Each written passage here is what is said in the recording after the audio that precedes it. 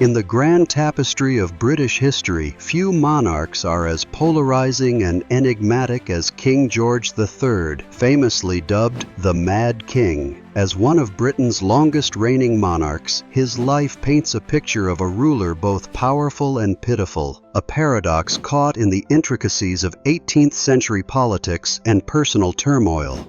Today, we unravel the tragic tale of a king whose story is not just a historical account, but a deep insight into the struggles with mental health, an issue shrouded in stigma and mystery during his time. Born in 1738, George III ascended the throne in 1760 at the age of 22. His reign oversaw significant global events, including the American Revolution and the Napoleonic Wars. However, it was not just political unrest that defined his years as king. George's mental health often became the focal point of his reign, marking him more as a figure of controversy than of conquest. George III's first recorded bout of severe mental illness occurred in 1788, plunging the palace into chaos. Historians and physicians of the time were bewildered by his condition, which manifested as manic episodes characterized by rapid speech, insomnia, and erratic behavior.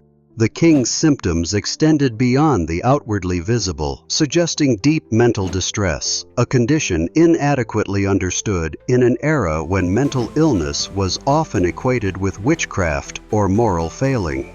Consider for a moment the rudimentary and often brutal medical practices of the 18th century. Treatments prescribed to George included blistering, purging, and even the application of leeches. These measures only added to his suffering. Royal doctors, lacking our modern understanding of psychiatric conditions, made little progress in deciphering or effectively treating the king's state. The impact of his mental instability wasn't confined to the royal family. It sent shockwaves through the political strata of Britain, calling into question the very structure of governance. The Regency Crisis of 1788 and multiple subsequent episodes of madness painted an image of a kingdom constantly on edge due to the erratic health of its sovereign.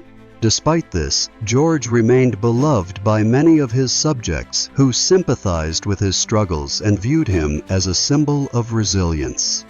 Today, many historians and medical experts conjecture that King George III may have suffered from bipolar disorder or porphyria, a metabolic disorder.